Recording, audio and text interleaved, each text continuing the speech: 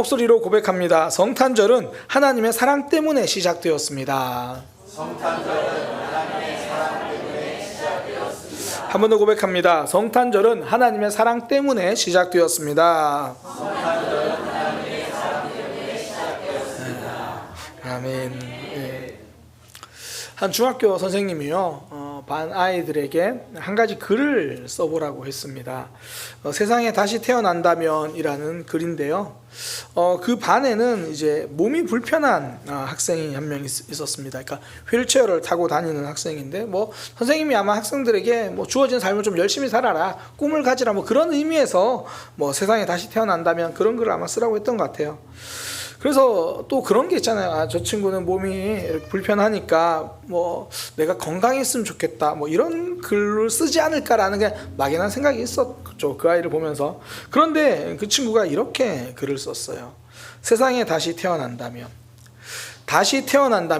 내 어머니의 어머니로 태어나고 싶다. 그래서 이 생에서 내가 받은 고마움을 어머니의 어머니가 되어서 무조건 보답하면서 살고 싶다. 이 생에서 내가 어머니의 고마움에 보답하며 사는 건 너무나 힘들기에 제발 다음 생에선 내 어머니의 어머니로 태어나서 그 무한한 사랑을 갚고 싶다. 이렇게 글을 쓴 거예요. 어머니에게 받은 사랑이 너무 고마워서 그 사랑 어떻게 갚을 수 없어서 다음에는 꼭 내 어머니의 어머니로 태어나고 싶다. 근데 그 어머니의 마음은 어떨까요? 내가 너의 엄마로 태어난 게 너무나 고맙다, 그런 마음이었을 거예요. 아마 우리 성도님들이랑 제가 대화해보면 그런 거 참 많이 느껴요. 자녀를 위해서 모든 걸 다 주는데 그러면서도 하는 말, 그래도 얘네들이 내 딸로 내 아들로 이 땅에 와줘서 참 고맙다. 사랑을 주는 사람 입장에서는요, 내가 얼마를 줬는지 그거 계산하지 않아요. 그러니까 계산하지 않고 부어주는 것, 우린 이런 것을 사랑이라고 말합니다. 우리를 향한 하나님의 사랑이 그래요.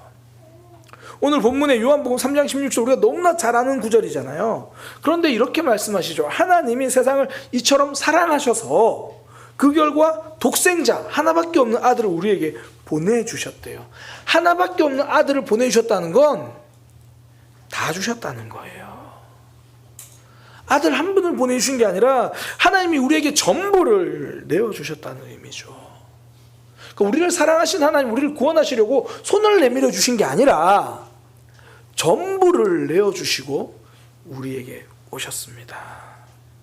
그래서 바울은 로마서에 이렇게 말하죠. 8장 32절에 자기 아들을 아끼지 아니하시고 우리 모든 사람을 위하여 내주신 이가 어찌 그 아들과 함께 모든 것을 우리에게 주시지 않겠느냐. 이게 모든 것을 주시지 않겠느냐, 이 말은 이미 다 주셨기 때문에 다른 것을 아낄 이유가 없지 않느냐, 그 말이잖아요. 이제 곧 10일 후면 성탄절입니다. 예수님이 이 땅에 태어나신 것을 기념하는 날이죠. 혹시 아직까지 12월 25일 예수님의 태어나신 생일이라고 생각하는 사람들은 없죠. 그 날짜는 몰라요. 기념하기 위해서 12월 25일로 이렇게 정한 거죠. 그 성탄절은요, 하나님의 사랑 때문에 시작된 거예요. 우리를 사랑하셔서 모든 것을 다 내어주신 그 날, 그걸 기념하는 날이 성탄절이죠. 이 하나님의 사랑이요, 우리가 살아날 수 있는 유일한 길이고 방법입니다. 그러니까 사탄은 어떻게든지 간에 이 성탄절의 의미를 훼손시키려고 노력을 하는 거죠. 그 중에 하나가 자꾸 가치를 폄하시키잖아요. 하나님 우리에게 다 내어주셨는데 우리 받는 입장에서 은혜로 받았잖아요. 그러니까 좀 와닿는 표현으로 공짜로 받았잖아요. 하나님에게는 공짜가 아니지만 우리는 거저 받았거든요. 그러니까 사람들이 그 가치를 잘 몰라요. 우리 흔히 옛날에 이런 표현 썼잖아요. 공짜는 양잿물도 마신다고. 근데 이게 옛날 말이에요. 요즘은요, 비싸면 가치 있는 줄 착각해요. 실제로 미국에서 한 신발 회사에서 자신들의 신발이 굉장히 질이 좋다라는 홍보하기 위해서 한 가지 실험을 했습니다. 이 페이리스라는 브랜드인데요, 나름 저렴한 저가 브랜드인데 왜 굉장히 좀 신발은 괜찮은 그런 걸로 좀 유명했는데, 그러면서 한 거예요. 우리가 사실 이렇게 꼭 가격이 저렴하다고 해서 남들이 보기에는 너무 저렴한 줄 알았는데 그게 아니다. 그래서 고민한 게 비싼 것처럼 포장하면 이거 비싸게도 팔 수 있지 않을까? 그래가지고 한 가지 실험을 한 거예요. 이 페이리스라는 브랜드가 펠리스라고 하는 가짜 브랜드를 하나 만든 겁니다. 그래서 팝업 스토어를 열고 이 캘리포니아 지역에 있는 패션 인플루언서들 있잖아요. 막 그런 사람들에게 굉장히 고급스러운 초대장을 쫙 보낸 겁니다. 초대장을 보내서 이번에 유럽에서 새로 나온 브랜드, 고급 브랜드를 론칭하는데 이번에 여기서 팝업 스토어를 한다. 와서 물건을 보시고 구입하시면 된다. 그래서 평소에는 이제 신상으로 나와서 한 3만 원 정도 하는 그 평범한 이 가벼운 여성 슈즈를 80만 원의 가격표를 붙인 거예요. 그리고 한 5만 원 정도 되는 부츠에다가 이 130만 원짜리 가격표를 붙인 겁니다. 그래서 이제 유럽 최고의 브랜드인 거죠. 그러니까 이 캘리포니아 지역의 패션 인플루언서들이 보고 와, 이 디자인이 다르지 않냐고, 디자인이 얼마나 잘 나왔냐고 딱 보면서 야, 마감이 정말 꼼꼼하다고, 이런 게 바로 명품이라고 이제 그렇게 막 이야기를 하는 거예요. 평소에 그거 나중에 이제 나오면 신제품 나오면 3만 원에 팔고 5만 원에 파는 제품인데 저렴할 때는 거들떠보지도 않다가 똑같은 제품을 비싼 가격에 내놓으니까 반응이 달라지더라는 거예요. 근데 안타까운 건 우리는 하나님이 모든 것을 내어서 보내주신 예수님을 이 땅은 너무 저렴하게 생각을 하는 거죠. 그래서 은혜로 주신 그 십자가, 사랑으로 시작된 성탄절이 요즘 거리에 발에 치이면서 다니잖아요. 12월이 되면 곳곳에서 캐럴이에요. 뭐 트리예요. 트리 장식은 요즘 보니까 교회가 제일 먼저 하는 게 아니라 카페가 제일 먼저 해요. 곳곳에서 그래요. 그런데 그 누구도 아기 예수님을 이야기하지 않아요. 하나님의 사랑으로 시작된 그 사랑의 결정체인 성탄절인데 하나님의 사랑은 사라지고 어떻게든 간에 여자친구가 있어야 되고 남자친구가 있어야 되는 날로 변질되기 시작했어요. 다른 날은 몰라도 12월 25일은 꼭 데이트를 해야만 돼, 뭐 이런 분위기가 요즘에 바뀌었잖아요. 제가 성탄절마다 아마 이야기는 말씀드리는 것 같은데 실제로 젊은이들은 그런 얘기를 많이 해요. 솔로인 사람들, 남자친구 여자친구 없는 사람들, 그런 사람들이 이제 그런 얘기를 한대요. 12월 24일 날 수면제를 먹고 자서 26일 날 일어나야겠다. 그러니까 25일 날 솔로로 보낼 수 없다는 거죠. 그 말이 영적으로 맞긴 맞아요. 25일은 예수님과 동행하는 날입니다. 근데 그런 의미로 말하는 게 아니잖아요. 하나님의 사랑은 사라지고 연인들과의 사랑이 그 자리를 대신하기 시작했습니다. 우리 청년들, 그날 혹시 내가 솔로라면 예수님과 함께하는 시간으로 보내기를 소망합니다. 뭐하고 놀지를 고민하는 게 아니라 그날만큼은 예수님의 사랑을 함께 기뻐하면서 축하하는 거죠. 하나님이 독생자를 우리에게 보내주신 그날을 기념하는 거예요. 그만큼 우리를 사랑하신 것. 그러니까 성탄절은 하나님의 사랑 때문에 시작됐고요, 그 사랑을 증명하신 날입니다.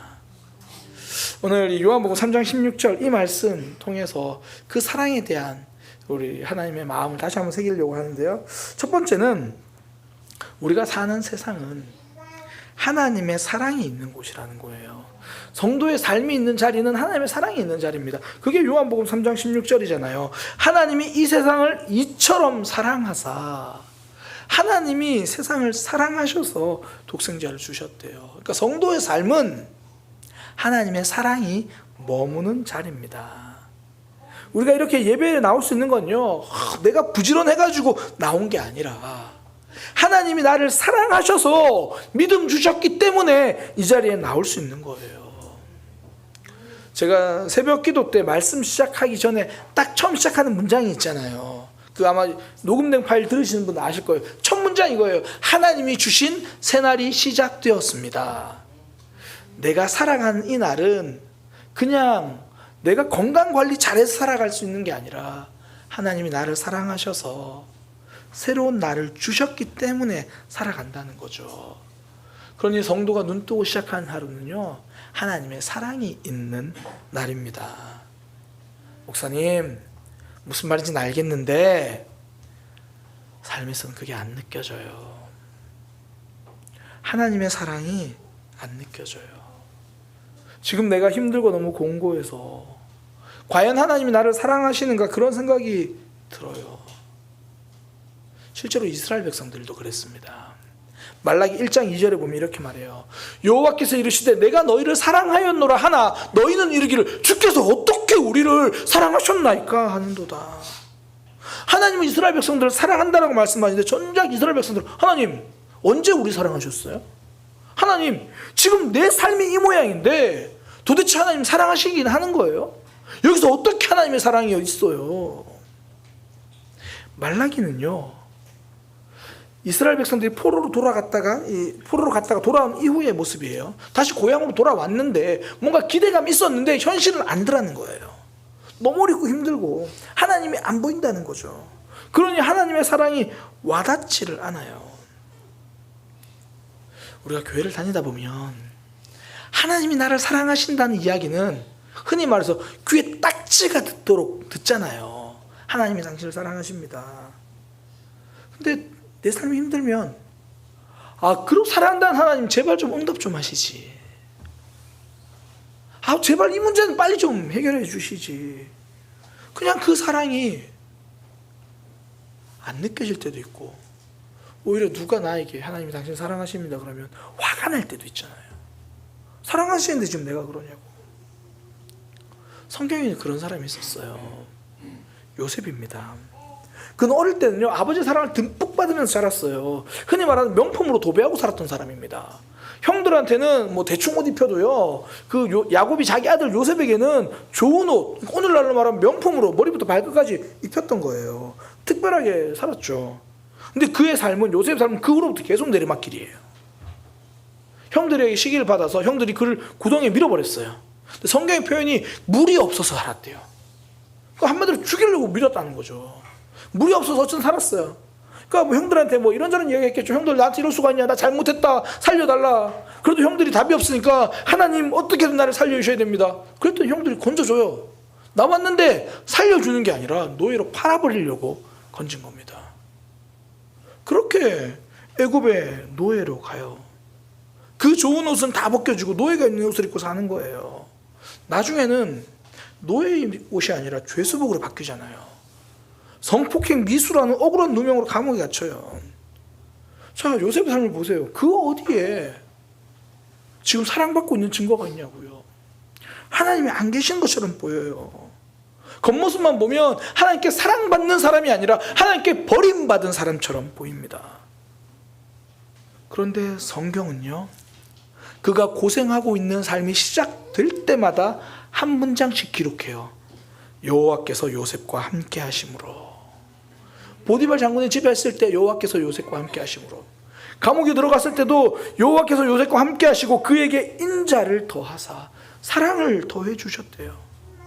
그러니까 요셉의 삶 남들이 보기에는 사랑받지 못한 삶이에요. 그런데 그 속을 가만히 들여다보니까 하나님의 사랑으로 그를 여전히 붙들고 계신 삶이라는 거예요. 하나님의 사랑은요 요셉이 아버지 집에 있을 때도 보디발 장군의 집에 있을 때도 감옥에 들어갔을 때도 요셉이 있는 모든 자리는 하나님의 사랑이 있는 자리입니다. 지금 우리의 삶 어디쯤 놓여 있나요? 부모님의 집에 있는 것처럼 편안하고 안락할 수도 있겠죠. 어쩌면 보디발 장군의 집인 것처럼 내가 열심히 노력해야 살아갈 수 있는 정말 고단한 삶의 자리일 수도 있어요. 어쩌면 너무나 억울한 감옥과 같은 도대체 이유를 모르겠는 이 아픔 속에서 눈물을 흘리고 있는 삶의 자리일 수도 있습니다. 그러나 기억하십시오. 내가 속한 자리가 삶의 자리가 어디든지 하나님은 그곳에서 우리를 사랑하고 계십니다. 심지어 우리는 하나님을 향하여 등 돌리고 있어도요 하나님은 우리를 향해 등 돌리지 않으십니다. 그래서 요한복음 13장 1절에 보면 그렇게 말해요. 예수께서 자기가 세상을 떠나 아버지께로 돌아가실 때가 이른 줄 아시고 세상에 있는 자기 사람들을 사랑하시되 끝까지 사랑하시니라. 예수님이 십자가에 돌아가실 그때는 제자들이 다 예수님 향해 등 돌리는 그때잖아요. 그때도 끝까지 사랑하셨대요. 우리가 사는 세상은요 우리가 있는 삶은요 하나님의 사랑이 있는 자리입니다. 끝까지 우리를 사랑해 주세요. 그러니 이 속에서 하나님의 사랑을 발견하는 것, 이것이 성도의 믿음입니다. 기도가 응답되어도 하나님이 나를 사랑하시는 거지만, 도대체 하나님 이 급한 일에 언제 응답하시나요? 답답할 때도 이 삶 속에 하나님이 나를 사랑하고 계신다는 것을 발견하고 그 하나님의 사랑을 신뢰하는 것, 이것이 믿음입니다. 근데 우리 삶이 힘들면 제 경우를 봐도 그렇고 눈부터 막히는 것 같아요. 그러니까 하나님의 사랑이 안 보이고 안 느껴지고, 괜히 하나님의, 그럴 때는 또 괜히 말씀도 더 불편하게 느껴져요. 내가 지금 삶이 이런데 하나님 왜 그렇게 말씀하시나. 제가 이거 여러 번 좀 말씀드렸던 이야기인데요, 목사도 힘들고 지칠 때가 있습니다. 지치고 힘들면 놀라실지 모르겠지만 저는 기도합니다. 힘들고 어려우니까 기도를 했어요. 하나님 너무 답답하고 하니까 기도했어요. 그때 하나님이 저는 위로해 주실 줄 알았거든요. 그때 하나님 하신 말씀이 뭐냐면, 저한테 주셨던 말씀, 제가 이거 얘기는 아마 설교도 여러 번 했던 것 같은데, 전 힘들어서 하나님께 기도했더니 하나님 하시는 말씀이, 야, 너 힘든 줄 모르고 목회 시작했냐? 그러시는 거예요. 좁은 길이고 좁은 문이야. 와, 이게 진짜 그 당시에 매정하더라고요. 아니, 이게 지금 힘들지? 조금만 견디면 회복될 거야. 좋아질 거야. 이게 아니라 원래 힘들 거야. 다시 말하면 계속 힘들 거야. 뭐 그런 이야기잖아요. 근데 더 억울한 건 뭐냐면 납득이 되더라고요.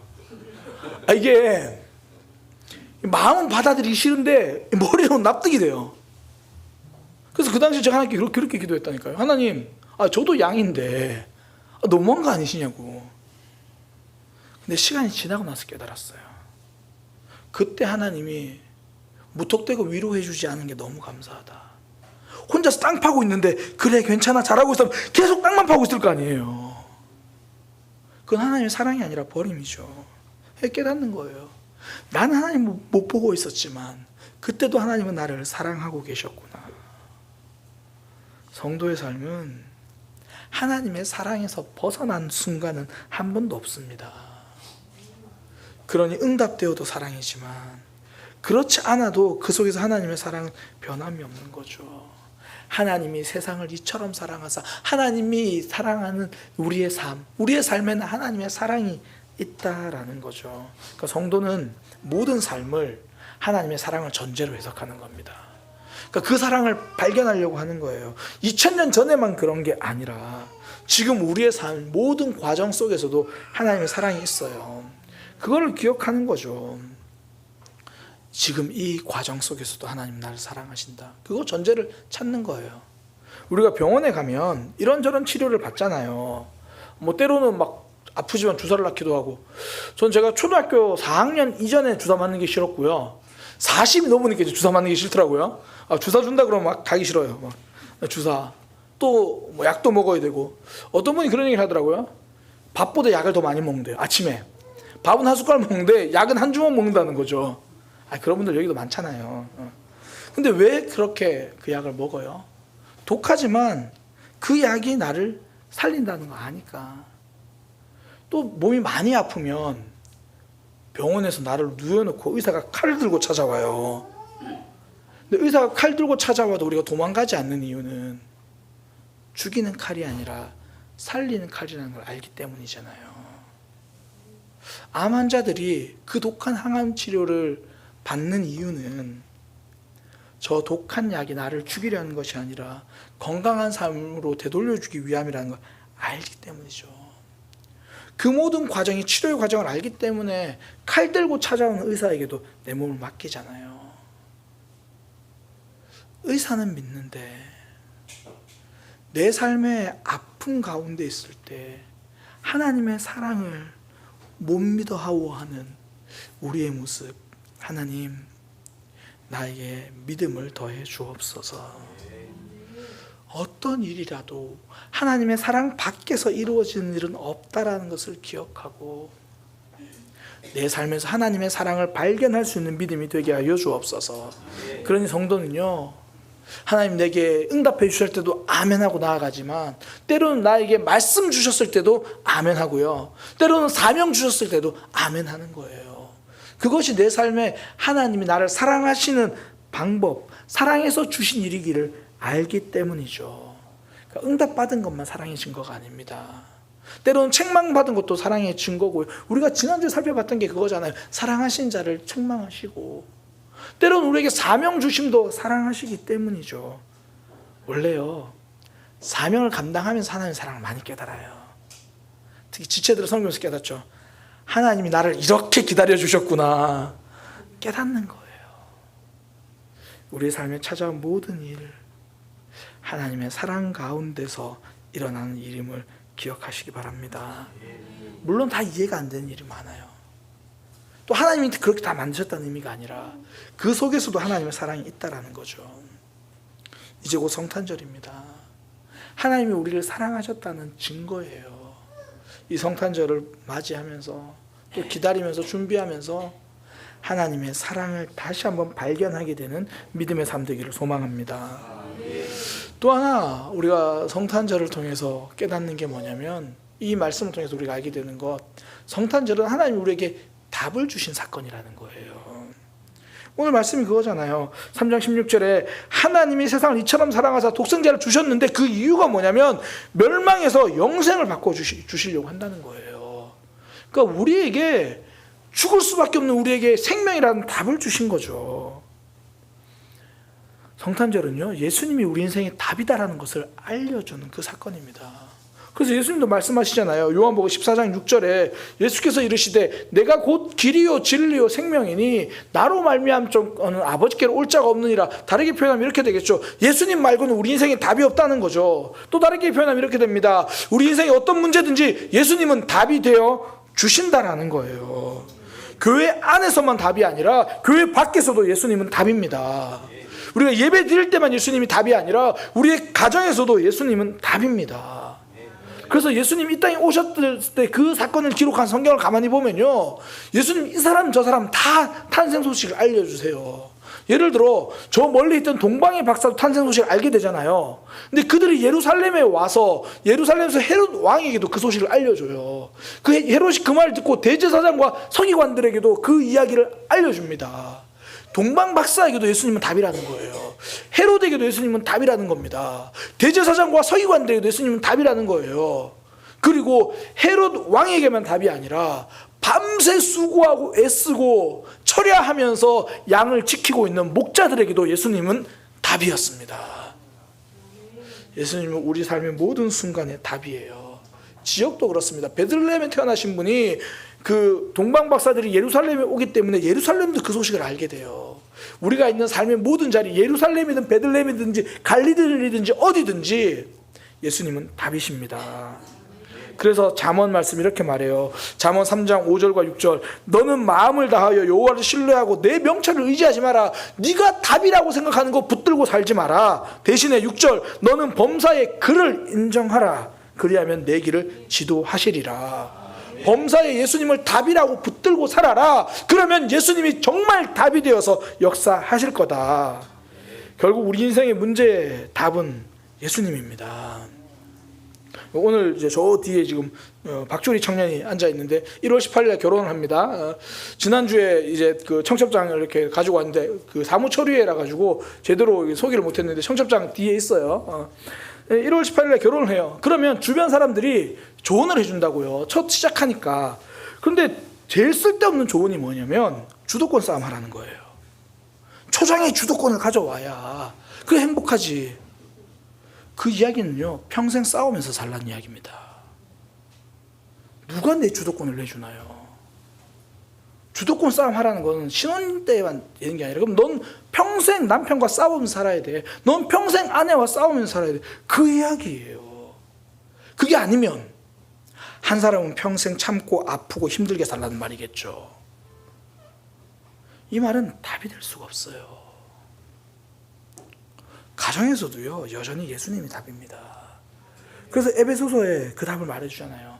남편은 예수님이 교회를 위해 목숨을 내어주고 사랑하신 것처럼 아내를 사랑하라. 아내는 교회가 예수님에게 순종하듯이 남편에게 순종하고 따르라. 이러니까 목사님 그거 옛날 이야기예요. 가부장적이에요. 그게 뭐예요? 요즘 시대에 안 맞아요. 우린 이렇게 말하는 사람들을 무식하다고 말합니다. 이건 상담학에서 이미 검증된 이야기예요. 여성은 내가 사랑받는 마음을 가질 때, 깨달을 때 행복을 느껴요. 남성은요, 여성에게 내 가족들이 나를 존중해주고 존경해줄 때 행복함을 느껴요. 이게 상담학에서 이미 검증된 이야기예요. 그러니 아내는 남편은 아내를 사랑하라고 이야기하는 거고, 그러니 성경은 아내는 남편을 순종하라, 존중해주라, 그 이야기죠. 성경이 답입니다. 우리의 가정, 우리가 있는 자리, 직장, 언제나 말씀이 답이에요. 이 말씀만 그런 게 아니라 성탄은요, 예수님이 우리 인생의 답이다라는 걸 선언하신 그거죠. 제가 아침에 이제 하루를 여는 기도문을 써서 보내드리잖아요. 예전에 어떤 분이 그렇게 질문하더라고요. 목사님, 어떻게 그렇게 딱 맞는 기도문을 잘 찾아서 이렇게 보내주시나요? 제가 써서 보내는 겁니다. 저도 보내지만 그게 여러분들이 막 전달하고 있다는 이야기 들었어요. 막 받으면 전달한다. 제가 아내한테 그런 얘기 한 적이 있어요. 여보, 내가 한 가지 바람이 있다. 누군가 나한테 박명수 목사님 이런 기도문이 있는데 한번 보시겠어요? 라고 돌고 돌아서 나한테 다시 돌아오는 거, 내가 그걸 바란다. 저도 이제 하루를 여는 기도문을 성도님들에게도 보내지만 또 제가 아는, 개인적으로 아는 분들에게도 이렇게 보내요.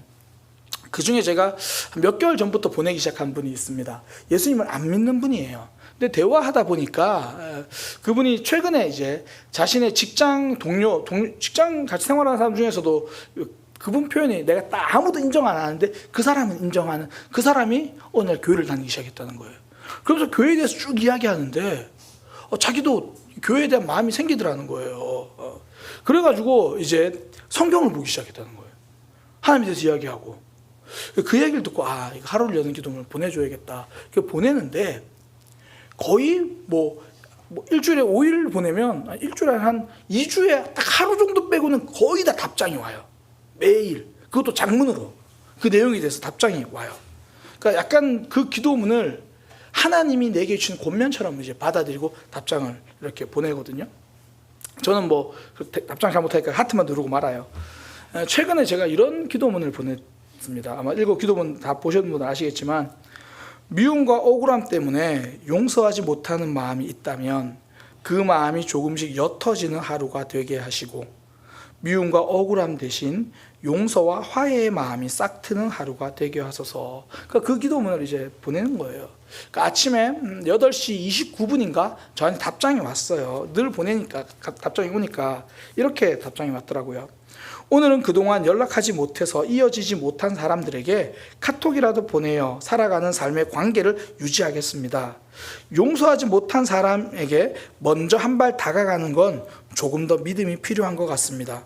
그래도 시작하려는 마음이 생겼으니 용서해 주시기 바랍니다. 그러니까 약간 저한테 보내지만 약간 하나님이 주신 말씀 하나님께 대답하듯이 이렇게 보내거든요. 그러니까 아직 다가가지 못하는데 그래도 다가가겠다는 마음은 생겼으니까 용서해 주시기 바란다. 그리고 나서 20분에 다시 카톡이 왔어요. 목사님, 참 괜한 일은 없나 봅니다. 직장 내 대면한 동료가 있는데 한 10년은 서로 뻘쭘한 동료를 오늘 사무실 엘리베이터에서 만나 제가 먼저 인사를 하고 커피도 한 잔 사줬네요. 커피가 나올 때까지 이런저런 이야기도 하게 되었고요. 용서까지는 아니어도 정말 첫 발을 내딛게 되었네요. 감사합니다. 그러니까 하루를 여는 기도를 받으면서 이게 하나님이 내게 주신 말씀이라 생각하고 그 삶이 그 하나님 주신 말씀이라고 생각하는 그 말씀이 그의 삶에 답이 되는 거예요. 직장에서도, 내가 있는 자리에서도 예수님이 그 삶의 답이 되죠. 예수님은 우리의 모든 삶의 답이 되십니다. 2000년 전에 이 땅에 오셔서만 생명이 되시는 게 아니라 지금 매 순간 우리가 있는 그 자리에서 예수님의 생명 되시고 답이 되시는 거죠. 우리가 가끔 경주 채부잣집에 대한 이야기를 듣잖아요. 그 사람은 가운이 굉장히 좋다, 실제로 멋있는데 이런 거죠. 경주 채부잣집 가운 중에 만석 이상은 가지지 마라.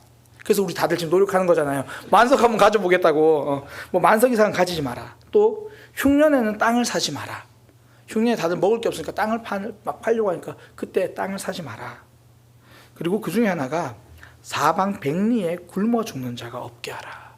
그러니까 채부잣집 그 백리에는 굶어 죽는 사람이 없게 하라라는 거예요. 그러니까 우리는 내 옆에 누가 채부자 없나 막 찾잖아요. 누가 내 어려울 때 좀 도와주는 사람 없나. 우리 삶엔 채부자는 없는데요, 우리의 영혼이 굶어 죽지 않도록 우리에게는 예수님이 계십니다. 내 삶 백리에, 내가 있는 자리에 예수님이 없어서 무너져 가는 곳은 없는지 오늘 말씀을 통해 다시 한번 돌아보기를 소망합니다.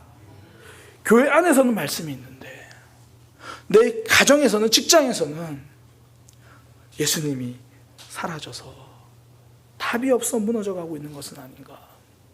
믿음의 흉년의 때에 내 삶의 자리에서는 예수님이 없어서 무너져 가고 있는 것은 아닌가.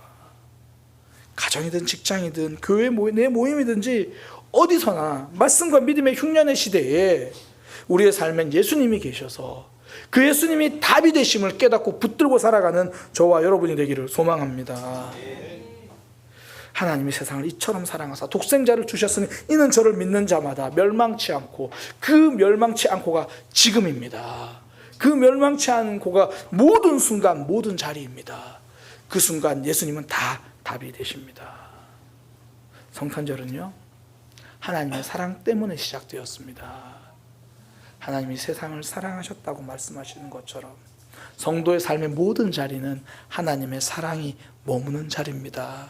그 사랑을 발견하는 믿음의 삶 되기를 소망합니다.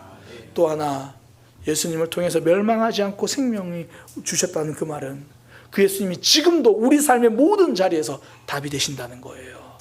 그 예수님을 인생의 답으로 붙들고 살아가는 저와 여러분이 되기를 소망합니다.